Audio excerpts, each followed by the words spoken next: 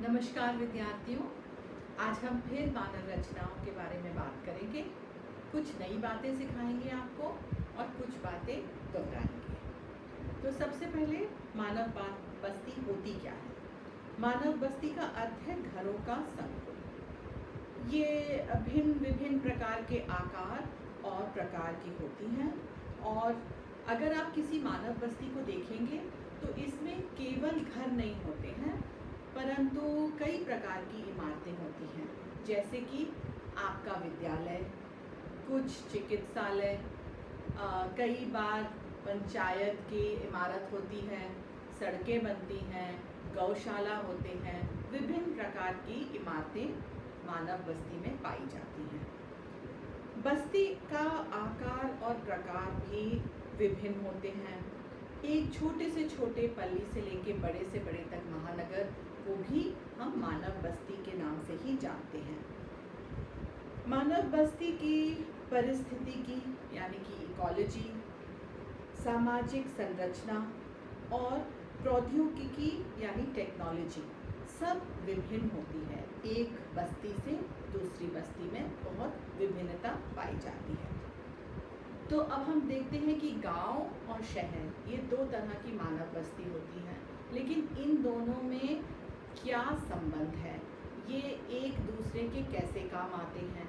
तो जो गांव होते हैं ये जो है इनकी जो काम यहाँ पर जो लोग कार्य करते हैं वो सब खेती बाड़ी का और दूसरे प्राथमिक वर्ग के काम करते हैं। तो गांव जो हैं शहरों को कच्चा माल और खाना प्रदान करते हैं, जैसे कि कपास। और शहर गांव के लिए क्या करते हैं, शहर में बड़े बड़े उद्योग होते हैं तो वो सामान और सेवाएं दोनों गांव की तरफ भेजते हैं। तो अगर हमने कपास उगाई गांव में तो शहर में इसका कपड़ा बना और इसी कपड़े से आपने अपने कपड़े सिलाए। तो ये इन दोनों में एक संबंध है। इसके अलावा हम देखते हैं कि गांव और शहर में जैसे काम करने की जो गतिशीलता होती है, शहर जो है बहुत तेज़ी से चलता है, गांव में लोग थोड़े धीरे धीरे अपना काम करते हैं। उसके अलावा हम देखते हैं कि अगर लोगों में संबंध जो हैं तो गांव में घनिष्ठ संबंध होते हैं। शहरों में कई बार ऐसे होता है कि लोग सालों रहते हैं और एक दूसरे को जानते भी नहीं हैं। लोगों का दृष्टिकोण भी अलग होता है। गांव के लोग कुछ पुराने विचार के दृष्टिकोण से होते हैं, शहरों में हर चीज़ नई नई पाई जाती है। तो ये जो है विभिन्नता होती है शहरों की और ग्रामीण बस्तियों की। अब हम देखते हैं कि ग्रामीण बस्तियों के कितने वर्ग होते हैं और ये वर्ग किस पर निर्भर होते हैं। तो निर्भर होते हैं ग्रामीण बस्तियां दो चीज़ों पे। एक तो घरों के बीच, बस्तियों के बीच में कितना फैसला है, तो एक बस्ती और दूसरी बस्ती इसमें कितना फैसला है। और दूसरी चीज़ कि ये गांव जो है कितना फैला हुआ है, छोटा सा गांव है कि बहुत सा फैला हुआ है। इन दो बातों को लेकर हम देखते हैं कि ग्रामीण बस्तियां अलग अलग वर्ग में बांटी जा सकती हैं। और ये चीज़ें किस पर निर्भर करती हैं, ये दो चीज़ें जो हमने बताई हैं ये किस पर निर्भर करती हैं, ये निर्भर करती हैं ऊंचाई पे, कि कोई बस्ती बहुत ऊंचे पहाड़ पे है या नीचे मैदानों पे है, यहाँ की प्रकृति कैसी है, यहाँ का जलवायु कैसा है, यहाँ पानी उपलब्ध है। और इस पे भी इसके साथ हमें देख सकते हैं हम कि यहाँ की संस्कृति क्या है, लोगों की अलग अलग जातियाँ क्या हैं, धार्मिक प्रतिक्रियाएं क्या हैं। तो इन पे भी हम देखते हैं कि गांव अलग अलग किस्म के हो सकते हैं। और भी चीज़ें हैं जिन पे निर्भर हो सकता है, जैसे कि यहाँ की सुरक्षा कैसी है, लोगों को लोग खुले में रह सकते हैं या उनको कोई ऐसी जगह ढूंढनी पड़ती है जिससे वो अपने आप को सुरक्षित कर सकें। तो इन चीज़ों पर निर्भर है चार अलग अलग प्रकार के गांव। सबसे पहला गांव जो है वो है संकुलित, या जो गांव जो गुच्छित होता है, जहाँ पर सारे घर आस-पास बने होते हैं। ये जो है ज़्यादातर ऐसी जगहों पे होता है जहाँ पर भूमि बहुत उपजाऊ हो और हम लोग सब इकट्ठे रहते हों ताकि ज़्यादा से ज़्यादा भूमि पे हम खेती बाड़ी कर सकें। तो ये हम देखते हैं कि उत्तर पूर्वी राज्यों में इस तरह के गांव बहुत से नज़र आते हैं। ज़्यादा गांव हम देखते हैं भारत में ये होते हैं अर्धगुच्छित, मतलब थोड़े से विखंडित गांव, थोड़े से फैले हुए, पूरी तरह फैले हुए नहीं, थोड़े से फैले हुए, आधे फैले हुए। तो यहाँ पर क्या होता है, एक बड़ा सा गांव होता है और उसके भाग बन जाते हैं, उसका बट जाता है वो छोटे भागों में। कई बार सामाजिक वर्ग की वजह से या धार्मिक वर्गों की वजह से गांव बढ़ जाता है। तो गांव के बीचों बीच आप देखेंगे कि एक वर्ग के लोग रहते हैं और बाहर की तरफ दूसरे वर्ग के या निचली जातियों के लोग रहते हैं। ऐसी बस्तियां हमें ज़्यादातर राजस्थान और गुजरात में दिखाई देती हैं। तीसरी तरह की बस्ती होती है पल्ली बस्ती। पल्ली बस्ती मतलब एक ही नाम का गांव, लेकिन ये गांव छोटे छोटे टुकड़ों में या इकाई में बटा हुआ है। इनको कहा जाता है जैसे पन्ना, पाड़ा, पल्ली, नागला, धनी। ये जो है यूपी, बिहार और छत्तीसगढ़ में ज़्यादा पाए जाते हैं। और आखिरी किस्म का जो गांव होता है वो है परीक्षित, जहाँ पर सब घर बहुत दूर दूर फैले हुए होते हैं। और यहाँ पर जो है जैसे पहाड़ी इलाके आप देख लीजिए, ठीक है, पहाड़ी इलाका जो है वो ऊंचाई में होता है, तो गांव जो है सीढ़ी में बने जाते हैं, एक नीचे फिर उसके ऊपर फिर उसके ऊपर, तो पूरा गांव जो है फैल जाता है।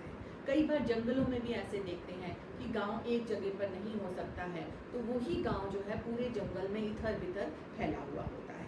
तो जैसे मेघालय के जंगल हैं या उत्तराखंड की पहाड़ी है, हिमाचल की पहाड़ी है, वहाँ पर ऐसे गांव मिलते हैं। तो ये हुई बात गाँव की। अब हम चलते हैं शहरों की तरफ या नगरों की तरफ। तो आप देखते हैं कि जो नगर होते हैं वो बहुत ही विशाल होते हैं, और यहाँ पर हम देखते हैं कि वास्तु बनते हैं, सेवाएं पाली जाती हैं, और जो कार्य होते हैं वो 75% गैर कृषि कार्य होते हैं। तो लोग यहाँ पर खेती बाड़ी बहुत कम करते हैं और ज़्यादातर उद्योग होते हैं या सेवाएं मिलती हैं, और उसी में ही लोग अपना जुट जाते हैं। अब हम देखें, अगर हम शहरों को किस तरह से विभाजित करते हैं, तो इनको हम समय से विभाजित करते हैं। सबसे प्राचीन शहर हमारे देश में है मोहनजोदारो, हड़प्पा और उस समय के देश। और ये जो है अब तो नहीं मिलते हैं, ये तो सब बहुत सालों पहले ही लोग इनको छोड़ के चले गए। पर जो आजकल प्राचीन शहर हैं वो ज़्यादातर धार्मिक और सांस्कृतिक शहर हैं। जैसे कि आप देखेंगे वाराणसी या पटना, जो पाटलिपुत्र के नाम से जाना जाता है, प्रयागराज, जहाँ पर प्राचीन समय से लोग गंगा का स्नान करने आते हैं। और अगर हम दक्षिण की ओर चलें तो मदुरई या महाबलीपुरम, ये सब जो हैं प्राचीन धार्मिक शहरें हैं।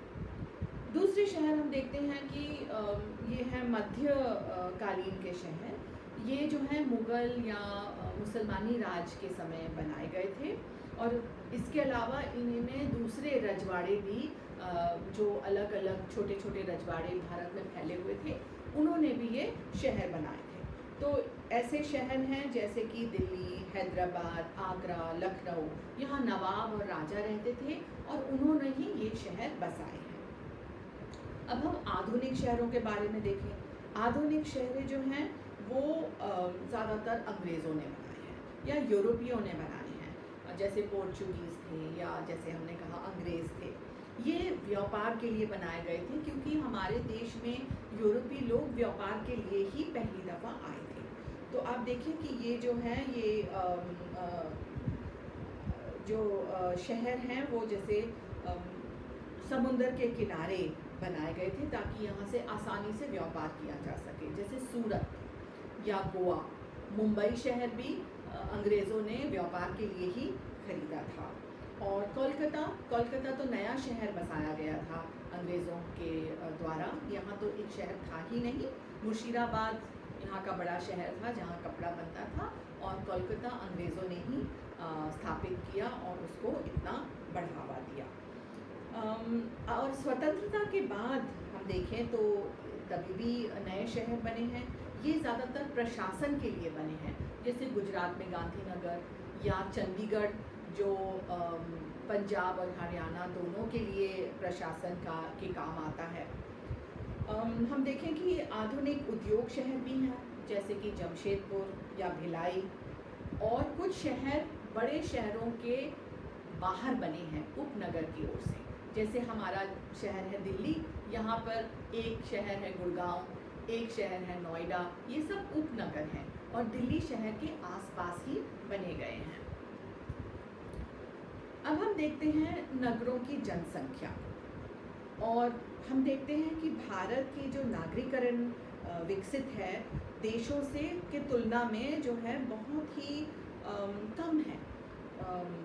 जो हम देखें जैसे जो शहरों में जो लोग बसते हैं वो विकसित देशों के तुलना में बहुत कम हैं। अगर हम इनको देखें तो 1901 में तकरीबन 11% लोग शहरों में रहते थे।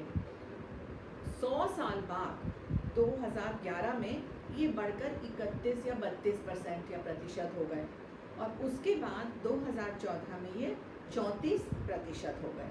तो ये बढ़ रहे हैं, लेकिन आजकल ज़्यादा बढ़ रहे हैं, तेज़ी से बढ़ रहे हैं, और प्राचीन काल में ज़्यादा नहीं बढ़ रहे थे। हमारे पास जो जनसंख्या शहरों में रहती थी वो काफ़ी कम थी गांव के तुलना में। गांव में ज़्यादा लोग रहते थे। अब हम नगरों को जो है 6 वर्गों में बांट सकते हैं, ठीक है। और ये वर्ग हैं उस पर कि कितने लोग रहते हैं शहरों में। तो अगर 5000 या 5000 से कम लोग रहते हैं तो ये छठे वर्ग का शहर हुआ। क्लास 6 इसको कहा जाता है। 5वें वर्ग का या क्लास 5, इसमें 5000 से 10,000 लोग रहते हैं। जो चौथे वर्ग का है या क्लास 4 सिटी जो हम कहते हैं, उसमें 10,000 से 20,000 लोग। जो थर्ड है मतलब क्लास 3 सिटी या तीसरे वर्ग का, इसमें 20,000 से 50,000 लोग रहते हैं। दूसरे वर्ग का क्लास 2 सिटी 50,000 से 1 लाख, और क्लास 1 सिटी जिसमें सबसे ज़्यादा हमारे पास भारत में जो है सबसे ज़्यादा शहर क्लास 1 सिटी हैं, ये यहाँ पर 1 लाख से ज़्यादा लोग रहते हैं। 60% जो है नागरिकी जनसंख्या क्लास 1 शहर में ही रहती है भारत में। अब इससे भी बड़े शहर होते हैं, जैसे 10 लाख से 50 लाख तक ये महानगर कहलाते हैं, और 50 लाख से ऊपर हम मेगा सिटी कहते हैं। ये सब हमने पिछले अध्याय में भी सीखा था, आपको याद होगा। आप वो वीडियो को भी एक बार फिर देख सकते हैं और ये बातें फिर से समझ सकते हैं ताकि आपके लिए बिल्कुल साफ हो जाए। अब हम ये देखें तो भारत में 3 तरह के नागरिकीय संकुल भी मिलते हैं। तो सिर्फ शहर नहीं होते हैं, बल्कि जैसे मैंने कहा था कि उपनगर भी होते हैं शहरों के साथ। तो 3 तरह के संकुल मिलते हैं हमें शहरों के साथ। सबसे बड़ा छोटा तो हुआ एक नगर, और नगर से लगा हुआ इलाका।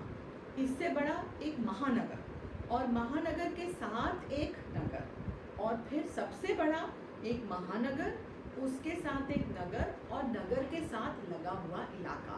तो एक शहर जो है वो इस तरह से बढ़ते जाता है। पहले शहर, फिर शहर के साथ जुड़ जाते हैं उसके साथ के इलाके, फिर वो शहर महानगर बन जाता है, आसपास के इलाके नगर बन जाते हैं। फिर यही जो शहर और महानगर है वो और भी इलाकों को अपने साथ जोड़ते चला जाता है। अब भारत में देखें तो 6 महानगर हैं: दिल्ली, कोलकाता, चेन्नई, बेंगलुरु और हैदराबाद। और हम देखें तो 53 नागरिकीय संकुल हैं और 468 महानगर हैं। तो आजकल के टाइम पर आजकल हम देखें तो बहुत सारे शहर भारत में दिखाई देते हैं। अब शहरों का कार्य क्या होता है? हम शहरों को उनके कार्य पर अलग अलग या भिन्न कार्यों पर इनका वर्ग बना सकते हैं। तो सबसे पहले तो प्रशासन शहर, जहाँ पर हमारी सरकार बैठती है और हमारी देखभाल करती है, हमारा प्रशासन करती है। जैसे कि आप जानते हैं नई दिल्ली, या हमने आपको बताया चंडीगढ़, और तीसरा आपको याद है अहमदाबाद के बाहर गांधीनगर। दूसरा हम देखें कि ये है आधुनिक शहर, जैसे कि मुंबई, फरीदाबाद, जमशेदपुर, भिलाई, कोयम्बतूर, यहाँ पर बहुत तरह तरह की उद्योग हैं, बहुत विभिन्न तरह के उद्योग बसे हुए हैं और बहुत से सामान यहाँ पर बनते हैं। फिर परिवहन शहर, ये जो हैं वो दो हिस्सों में बांटे जा सकते हैं। बांदरगढ़, जैसे कि जो हम पोर्ट सिटी कहते हैं, जैसे कांडला हुआ या विशाखापट्टनम हुआ, और दूसरा जैसे रेल के जो जंक्शन होते हैं, जैसे कटनी हुआ या इटारसी हुआ, ये परिवहन शहर हुए। फिर होते हैं शहर जो व्यापार के लिए या वाणिज्य के लिए बनाए जाते हैं, जैसे कि कोलकाता, मुंबई, दिल्ली। कुछ शहर जो होते हैं वो खनन नगर होते हैं, जहाँ बड़े बड़े खान पाए जाते हैं, जैसे कि रानीगंज या झरिया, या तेल आसाम में मिलता है दिग्बॉय में। फिर होती है छावनी, जहाँ पर हमारी आर्मी या नेवी या एयरफोर्स बसी होती है, जैसे कि मऊ शहर है या उधमपुर है या अम्बाला है। फिर कुछ शहर होते हैं जो शैक्षिक शहर होते हैं, जहाँ हम पढ़ने लिखने जाते हैं, जैसे रुड़की, देहरादून, अलीगढ़, इलाहाबाद। कुछ शहर होते हैं धार्मिक या सांस्कृतिक। आपको याद है हमने इनकी पहले भी इनकी बात की थी, जैसे कि हमने कहा था वाराणसी है, इलाहाबाद है, हरिद्वार है, मथुरा, शिरडी, अजमेर, अमृतसर, कई ऐसे शहर हैं हिंदुस्तान में, भारत में। और फिर पर्यटन शहर, जहाँ हम घूमने फिरने जाते हैं, जैसे नैनीताल, मसूरी, ऊटी, दार्जिलिंग और जयपुर, उदयपुर, कई शहर ऐसे होते हैं। तो ये हुए हमारे शहरों के कार्य और इनके वर्ग। इसके अलावा हम देखते हैं कि भारत सरकार आजकल शहरों को अच्छा बनाने के लिए, बढ़िया बनाने के लिए कई उपाय सोच रही है। एक इसमें से उपाय है स्मार्ट सिटी मिशन, जहाँ पर हम शहरों को, और स्वच्छ भारत की ओर से भी आप देखेंगे कि शहरों को बहुत ही साफ सुथरा और इनमें कई सी सुविधाएं मिलने के लिए सरकार हमारा साथ दे रही है और प्रबंध भी कर रही है। तो ये हुआ इस मानव बस्तियों के बारे में आपको सिखाने का कार्य। अब हम एक और वीडियो बनाएंगे जिसमें हम प्रश्न लेंगे और आपको मानव बस्तियों के बारे में आप कैसे ये सब चीज़ें याद कर सकते हैं उसकी विधि भी सिखाएंगे। अब आप वापस जाइएगा और आपके 35 नंबर के पेज पे एक मैप है, वो भी देखिएगा, और आपकी किताब में ग्राफ बने हुए हैं, वो भी आप चेक करिएगा, एक दफ़ा पढ़िएगा, फिर से एक दफ़ा वीडियो देखकर अच्छे से इस मानव बस्तियों के बारे में जो आपको सीखना है समझ लीजिएगा। धन्यवाद।